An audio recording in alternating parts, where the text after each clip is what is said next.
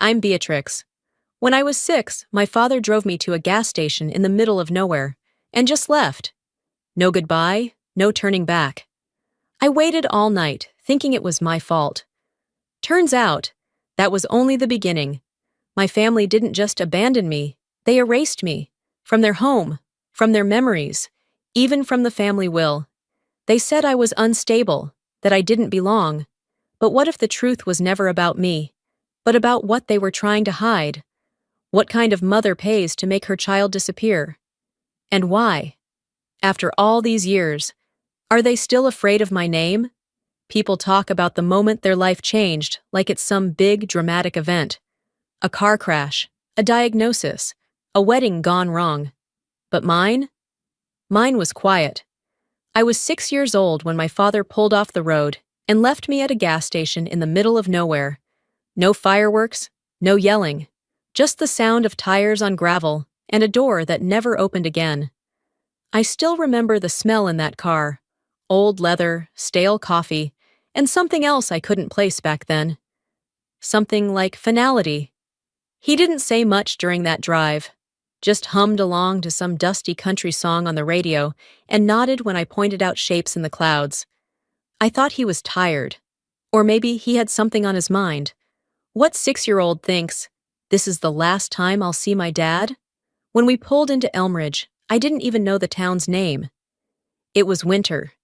The sky looked bruised, like it was holding back snow, and the gas station he chose felt ancient, like it had been forgotten by time. He parked near the edge, engine still running, and turned to me with a half-smile that didn't reach his eyes. "Hey, sweetheart, I need you to do me a favor, all right?" I nodded, eager to please, always eager to please. "Go inside and grab us 2 hot chocolates. I'll be right here." I'll be right here. I held on to those 4 words like a blanket. It didn't even occur to me not to trust him. I slipped out of the car, sneakers crunching over frozen dirt, and pushed open the glass door that jingled like an old wind chime. The man behind the counter looked like he'd been carved from stone. Barely glanced at me when I asked for the drinks. I remember the cup was too hot in my hands, and I kept switching back and forth as I waited for Dad to come through the door. 10 minutes passed, then 30, then an hour. At some point, the guy behind the counter asked if I was okay. I lied and said yes. After all, Dad said he'd be right back.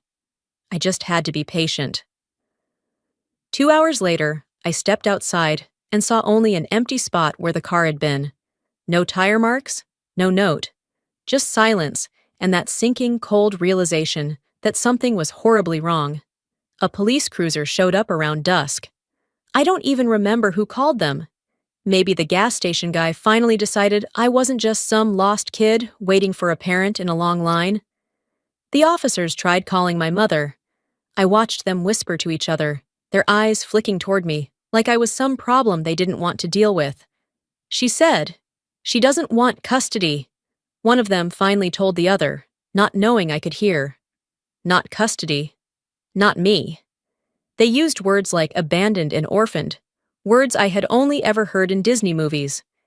And just like that, my life went from a regular Tuesday to a case number.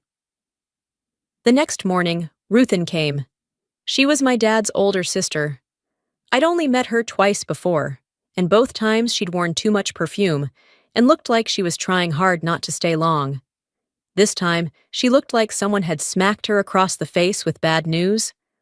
"I didn't even know she was in town," she mumbled to the officer. Then her eyes met mine.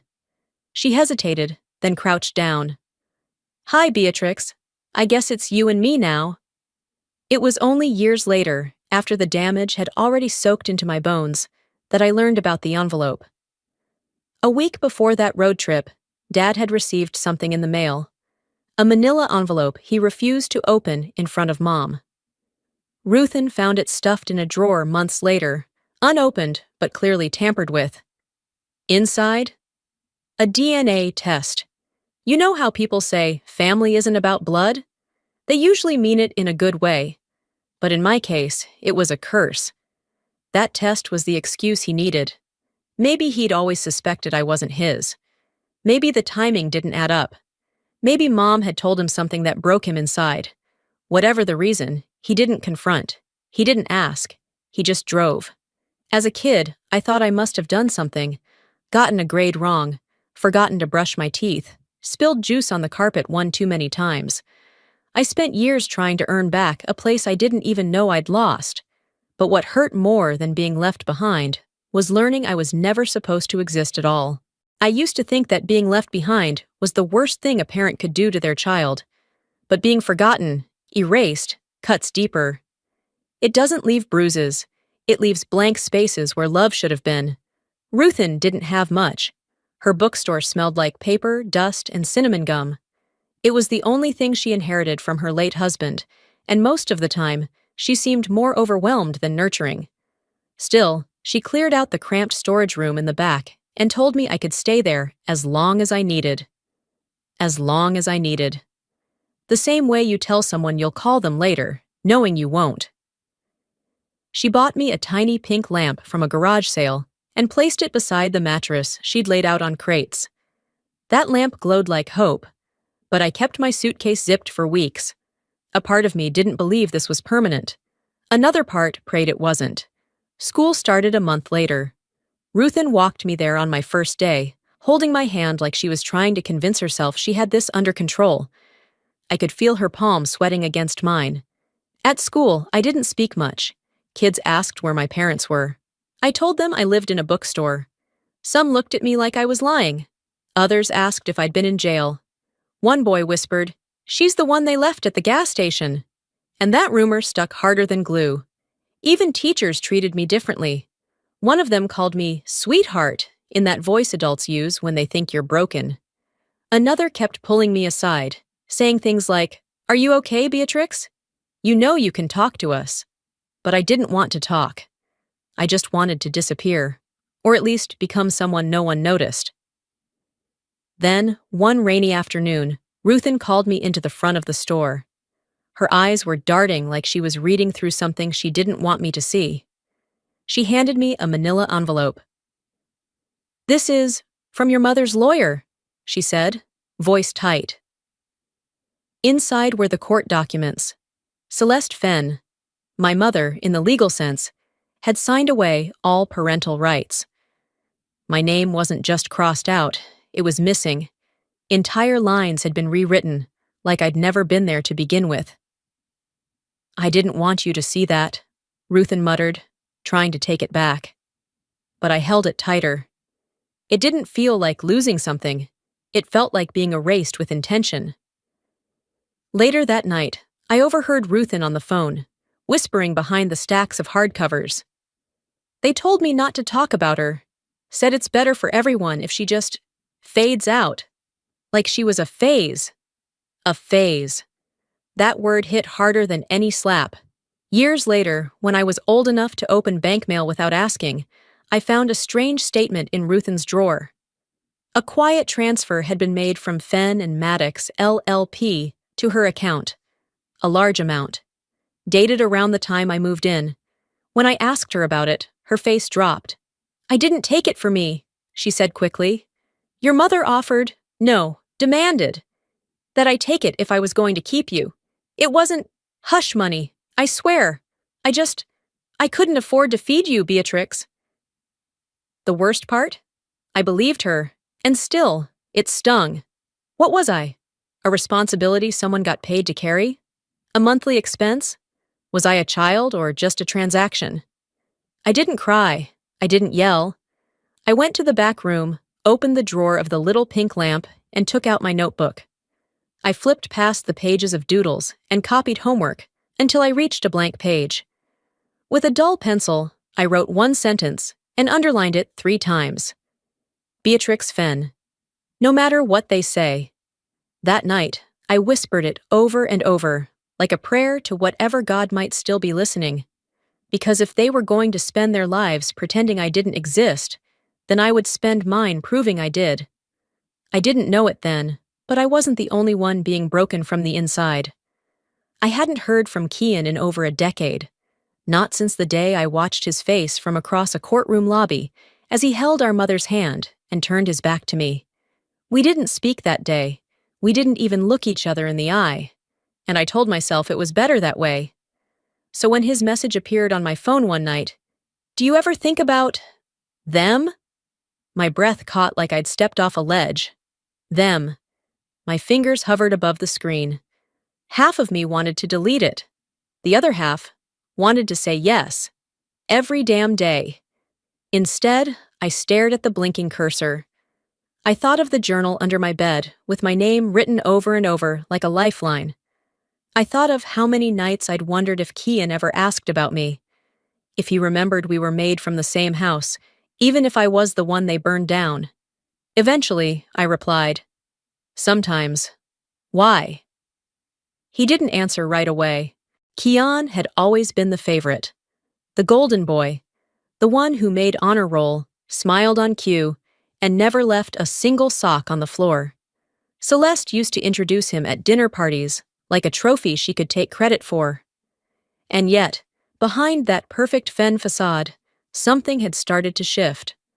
What I didn't know then, but he would later tell me, was that it began with a locked drawer in our father's office. Keon had been looking for a phone charger, of all things, a stupid little wire, but the drawer wouldn't budge. Curiosity got the better of him. He found the key taped under the desk, exactly where Magnus used to hide Christmas presents. Inside, instead of electronics or old tax forms, he found a thin file stamped confidential in red.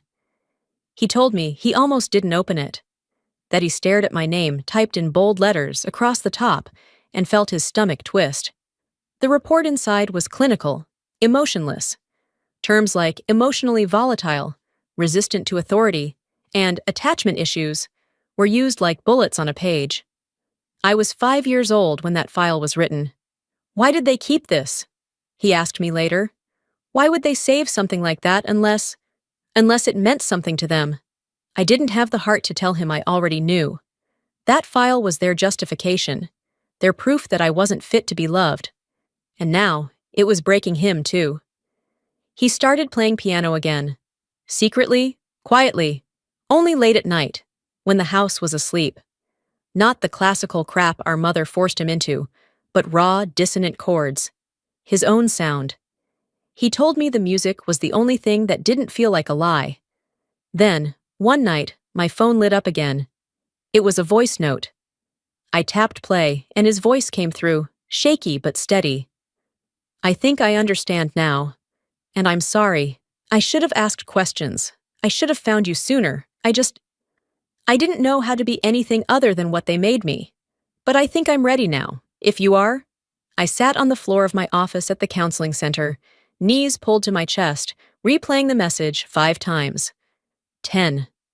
I closed my eyes and heard us as kids, chasing each other down the hallway. Before the silence. Before the divide. I typed one word and hit send. Coffee? I didn't know what I expected. Maybe he'd say no. Maybe this was a glitch in our timeline, and it would collapse again the second I hoped. But he replied almost instantly. "Name the place." So I did. A quiet little diner near the edge of Elmridge, the kind with cracked booths and burnt coffee, where the past didn't matter and no one asked questions. The next morning, we sat across from each other for the first time in 22 years. He looked older, of course, but tired in a way that didn't belong to youth. "You ever wonder if they just made us up?" he asked, stirring his coffee with a chipped spoon. I laughed, but it wasn't funny. "All the time," I said. "We didn't talk about the report, not that day. We didn't need to. It was there between us, thick as fog. What mattered wasn't the file. It was the fracture it left in him. The mirror he'd been forced to hold up and realize perfection had a cost, and neither of us was prepared for what we'd uncover next." Keon and I sat in the booth long after the coffee had gone cold. The silence between us was no longer sharp. It was heavy, but bearable. He fidgeted with a sugar packet while I traced circles on the rim of my mug. "I don't know who I am without them," he said quietly. I let that sit for a second before replying, "Maybe that's the best part." He gave a sad smile, but didn't argue. I wanted to ask him about the file. If he believed it, if it changed how he saw me. But I didn't. Not yet. That day wasn't about dragging ghosts out into daylight. It was about recognizing that we both had them. After we said goodbye, I walked back to the bookstore with a strange ache in my chest. Not pain, not quite. More like the shifting weight of something long buried starting to stir. Ruthin was in the attic, digging through boxes for a community donation drive. I offered to help, partly out of guilt, partly out of restlessness. Most of it was junk. Old Christmas lights, paperback romances with yellowed pages, a broken lamp that had survived 3 moves. Then I spotted a metal folder shoved between 2 crates of outdated tax files. It was labeled in faded black marker, Fen, private. I knew better than to ignore something like that. Inside were papers, neatly clipped. Most were bland, property records, old bills. But near the bottom was a thick envelope, sealed with a wax stamp. My hands shook as I opened it. It was a copy of my grandfather's will. Not the version I'd seen referenced in the news or court summaries years ago. This one named 2 heirs, Beatrix Fenn. Me. I sat down hard on the attic floor, breath catching in my throat. Ruthin peeked over the edge of a box. "What is it?" I handed her the paper. Her eyes widened. God! I forgot this even existed." "You forgot?" My voice cracked. "Years ago," she said, almost in a whisper. "Celeste came by, said she was cleaning out some of the family records, asked if I had anything left over from your grandfather. I didn't remember this file. I thought it was just tax junk." "Why didn't you check?" My voice rose. "I didn't think she'd lie to me," Ruthin said, her face pale. "I didn't think." But she had. Of course she had. Celeste never asked questions without motive, and she'd clearly intended to erase any trace of me, legally, financially, historically. That night, I couldn't sleep. I laid awake replaying every moment I'd spent believing I was invisible, unwanted, a fluke. But this? This proved I wasn't just forgotten. I was eliminated. I pulled out the will again and reread the line with my name. It was right there. Black ink on aged paper. They didn't just throw me away. I whispered to no one. They buried me. The shame I'd carried for years, wondering what was wrong with me, why I couldn't be loved, morphed into something else. Not rage, not yet, but power. I wasn't broken. I was buried. There's a difference. The next morning, I called an old friend who'd gone into estate law. I didn't give her details, just asked a simple question. Hypothetically, what happens if someone illegally suppresses a legal heir? She paused, then said, "Depends." "But it's serious, like felony serious." I thanked her and hung up. My hands were steady as I filed the will into a locked drawer in my desk at the counseling center. Then I stood in the doorway, staring into the warm, quiet space I'd built for other people to heal. "They tried to erase me," I said aloud, to the books, the carpet, the silence. "Now let's see who they really are when the masks fall off." I didn't need revenge. I needed the truth to breathe. The folder hadn't left my desk since the night I found it. Sometimes I'd open it just to see my name on that page again, like I was making sure it was still real, still mine. But staring at truth and using it were 2 very different things. So I met with Serena, a former classmate turned estate lawyer. We sat across from each other in a booth at the only decent cafe in Elmridge, her laptop glowing between us and a stack of legal pads cluttering the table. She flipped through the scanned copy of the will, her brow furrowed. "It's valid," she said finally. "Your grandfather never signed a revocation or amendment. Unless they can produce one, this document holds weight." "And if they buried it on purpose?" "That's fraud, Beatrix. It's serious. But the second you act on this, publicly or legally, you're opening a door that won't close again. Are you sure?" I didn't answer. Not yet. Back at my office, I sat down with pen and paper, not a keyboard. I wanted the weight of every word I wrote to be felt. By me, by her. I wasn't angry, not in that moment. Just done being quiet. The letter was calm, measured, no threats, no accusations, just truth laid out like a chessboard. Celeste, I have come across a version of the will that names me as co-heir. It was not revoked. I understand what this means. I have no interest in a war, but if forced, I will defend my right to exist. I ask for discretion and resolution. Silence will not protect you anymore. Beatrix. I sent it through Serena's office using a bonded courier. Within 24 hours, I got a call from Ruthin. You sent it? She asked. Yes. She exhaled hard into the phone. You're brave. But listen. Celeste doesn't respond to polite. She responds to threat. That's not who I am, I told her. But it's who she is. 3 days passed. Nothing. On the 4th morning, I found Keon waiting on the front steps of my center, hoodie pulled up, duffel bag beside him. He looked like he hadn't slept. I'm leaving, he said. I blinked. What happened? She found out I helped you, said I was jeopardizing the family name. He laughed bitterly. Dad just sat there, polishing his glasses like we were talking about the weather. You don't have to do this, I said quietly. Yes, I do, he replied. They don't own me either. I wanted to say I was proud of him. I wanted to hug him. But all I could manage was to take his bag and bring him inside. That night, while he slept in the spare room, I checked my email. One new message. No sender name, no subject. Just a single sentence in the body. They're prepping a media campaign. You'll be the bitter illegitimate. Be ready. I didn't know who sent it. I didn't care. I stood up, walked out into the chill of the Elmridge night, and stared up at the moon. They think dragging me into the spotlight will break me, I whispered. Then I smiled. Tight, small, but real. They don't know what I've had to survive just to stand here. And just like that, they turned me into a headline. I woke up to my face staring back at me from a news alert. There it was, cropped from a photo I hadn't even known was taken.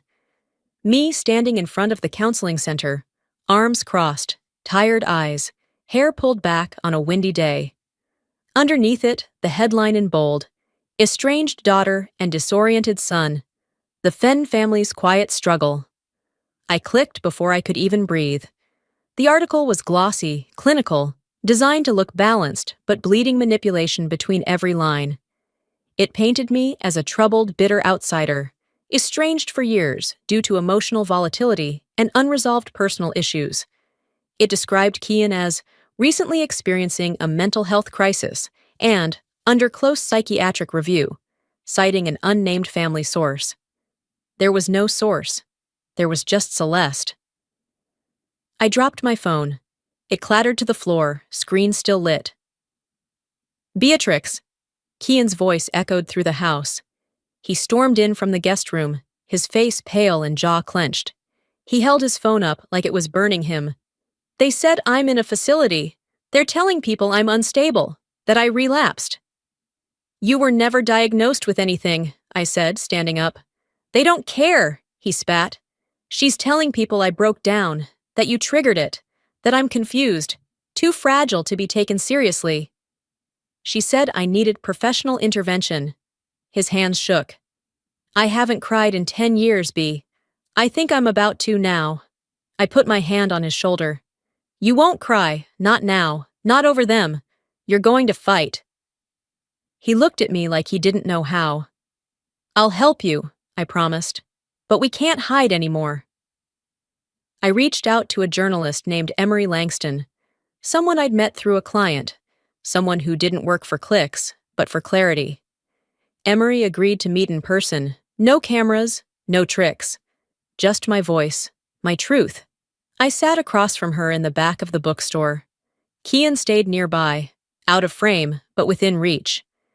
Emery placed a recorder between us and said, "Speak when you're ready." So I did. I told her about the attic, the will, the letter, the silence.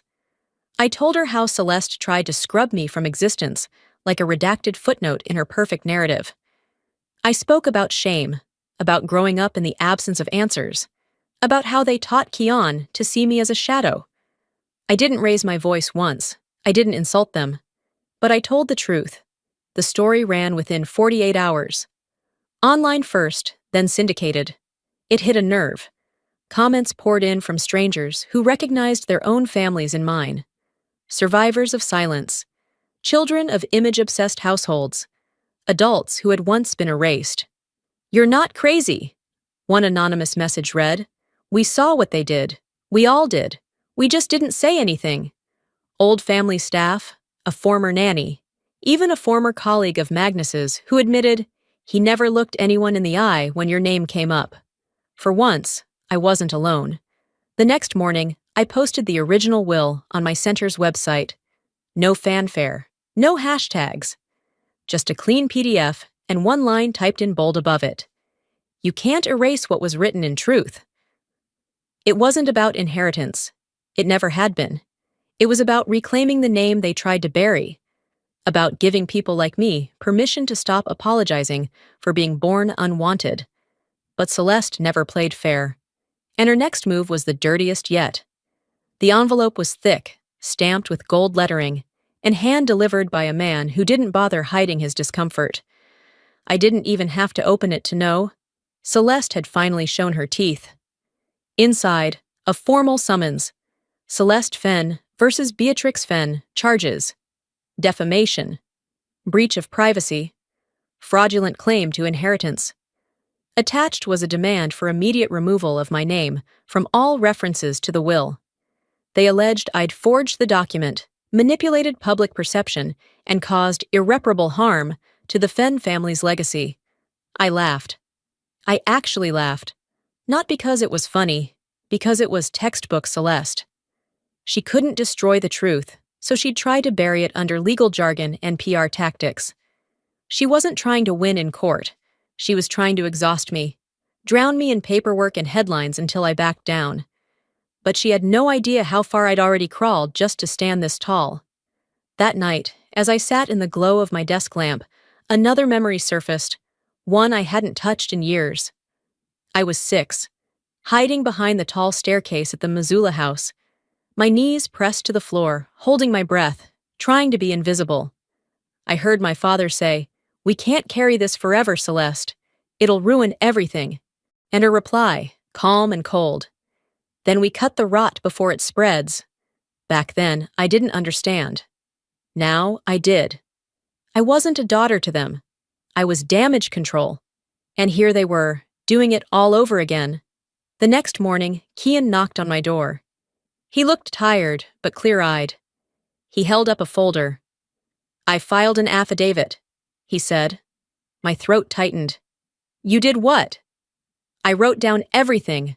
How they handled you, how they used me, how Mom made me believe you were dangerous." I called her what she is, a woman more invested in image than truth. He set the file on the counter and stepped back. If they're going to lie under oath, I won't stand next to them. When we walked into the Missoula courthouse that Friday morning, the air was thick with cameras and whispers. Sketch artists, reporters.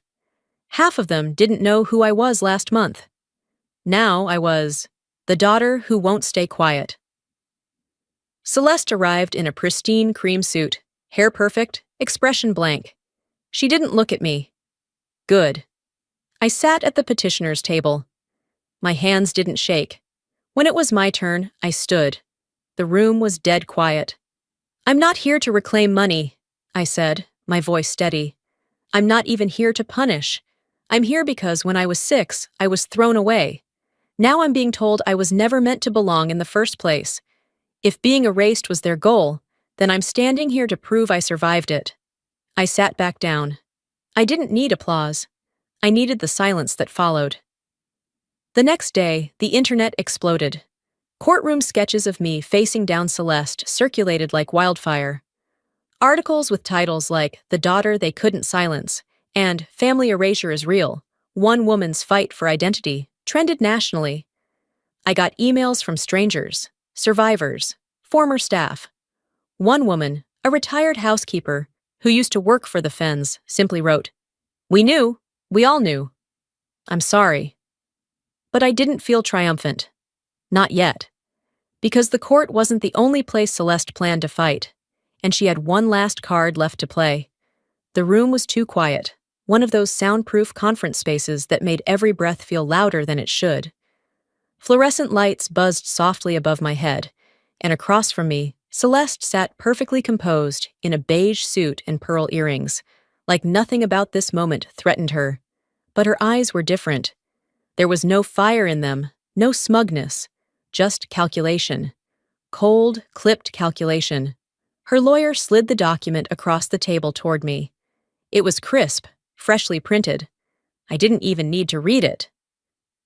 "Sign this," Celeste said, voice smooth as glass. "You withdraw your claim to the will, issue a formal statement of closure, and I make all of this disappear." I stared at the pen she'd placed beside the folder. Neatly aligned. A final attempt at control, dressed as generosity. "And if I don't?" I asked. She tilted her head. "Then you continue down this exhausting path. Court. Press your little supporters, eventually move on. The spotlight fades. You're left holding a name no one will care about." She said it like a warning. I heard it as a promise. I didn't move. I didn't touch the pen. Instead, I let myself drift. Just for a moment. Back to that night. 6 years old. The gas station's flickering lights. My legs numb from cold. My hands shaking as I waited. My voice cracked from saying the same thing over and over. "Please come back." I hadn't realized until this moment that I wasn't speaking to him anymore. I was speaking to me. To the little girl I used to be. The one who needed someone, anyone, to tell her she mattered. Present-day me closed my eyes.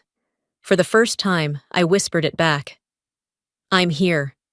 I opened my eyes and looked directly at Celeste. "I'm not here for your money," I said. "I'm not here for your legacy. I'm here because you tried to erase me, and I want my name back." Her jaw clenched, but she said nothing. "I was erased from your family portrait, your estate plans, your memory, but not from reality. I exist, I survived, and you don't get to silence me again." I pushed the paper back across the table, untouched. Celeste flinched. Not visibly, but I saw it in her fingers. The tiny tremble she couldn't suppress. For the first time, she didn't look like a woman in charge. She looked cornered. 2 days later, the judge ruled in my favor. The will was upheld. I was legally reinstated as a rightful heir. Celeste's claims were dismissed. There was no jail time, no dramatic courtroom fall from grace. She left through a back exit, her lawyer shielding her from cameras. But she lost something she couldn't buy back. Her version of the story. And for a woman like Celeste, that was the real punishment. That night, I stood outside Haven House, the porch light casting long shadows across the street. I held a mug of tea in both hands, warm against the December air. Snow fell in lazy flurries around me. I closed my eyes and whispered. Not to her, not to the world, but to the little girl inside me, still waiting outside that gas station. You survived. You were never crazy. And they don't get to write your ending. I won the fight. But healing, that would take a different kind of strength.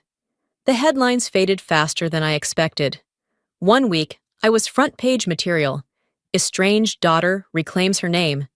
And the next, I was just another story buried beneath the next scandal, the next outrage. I didn't miss the noise. Haven House returned to its rhythm. Kids laughing down the hallway, paint-smudged hands during art therapy, mismatched shoes piled by the music room door. People smiled when they passed me. Some hugged me. Others called me inspiring. I thanked them all, but inside I felt quiet. Not empty. Not exactly. Just still. It turns out winning doesn't put the pieces back. It doesn't unweight the hours I sat in the cold outside that gas station. It doesn't pull back the years of silence, of doubt, of shame. It just ends the war. Celeste never showed her face again. No press conferences, no interviews, no public rebuttal. She didn't even issue a formal apology. She didn't need to. People knew. That was enough. Keon cut contact, moved into a small apartment near the edge of town, and started teaching music therapy at Haven House. We worked in the same building most days, and sometimes we'd share lunch. But we didn't talk about her, not anymore. We just lived. I got used to the quiet, learned to enjoy the mundane. Grocery shopping with Ruthin on Saturdays. Early walks before the kids arrived. The smell of vanilla candles mixed with poster paint and hot cocoa in the winter. I stopped waiting for justice. I started looking for peace. One night in early January, I found a letter in the back of my closet. It was written in my handwriting, years old. Folded, worn, unsent. It was addressed to Celeste, page after page of questions. Why did you leave me? Why didn't you stop him? Why did you hate me for existing? I read it once, then again. Then I fed it into the fireplace. The paper curled and blackened, its edges crumbling before the flames even touched the ink. And just like that, I let it go. Some answers, I decided, don't matter anymore. A few days later, I walked past the gas station. The same one, same cracked concrete, same tired signage buzzing faintly under the morning sky. I hadn't been back since the night everything shattered. I was going to keep walking. Then I saw her. A little girl, no more than 6, sitting on the curb beside a rusty pump, arms wrapped around her knees. Alone. My breath caught in my throat. I walked over slowly, heart pounding, voice tight. "Hey, sweetie, are you okay?" She looked up. Big brown eyes, flushed cheeks. "I'm waiting for my mom. She just went inside." And sure enough, a woman stepped out of the convenience store a few seconds later, calling her name. The girl smiled and ran to her without a second glance. I stood there, watching. And then I cried. Not out of pain, not out of anger, but because something inside me finally let go. The little girl who had once waited alone wasn't waiting anymore. She had me now. Not every wound disappears, but some become maps, showing us how to walk away and never return. I used to believe that survival was about staying invisible, about not causing waves, not asking questions, not needing more than I was given. But I've learned something. Silence doesn't protect you. It only protects the people who benefit from your silence. If you've ever been made to feel like you didn't belong, even in your own family, let me say this to you. You do. You matter. Not because someone else says so, not because you're perfect, but because you are here. And no one gets to rewrite your story but you. In life, we don't always get apologies. We don't always get justice wrapped up in a bow. But we can choose peace. We can choose growth. We can choose to stop bleeding for people who never even tried to stop the cut. If this story made you feel something, if it reminded you of a truth you've been carrying, or a lie you're tired of living under, don't just scroll past. Let's talk. Tell me, what would you say to your younger self if you could go back? Drop a comment below. If this story touched your heart, leave a 1 or let me know where you're watching from. If it made you uncomfortable, I'd still love to hear why. Maybe that's where the healing starts. And hey, if you made it this far, you're part of this community now, so don't miss what's next. Hit that subscribe button and turn on the bell so you won't miss the next story that might just speak to your soul. Because sometimes a stranger's story helps us finally understand our own.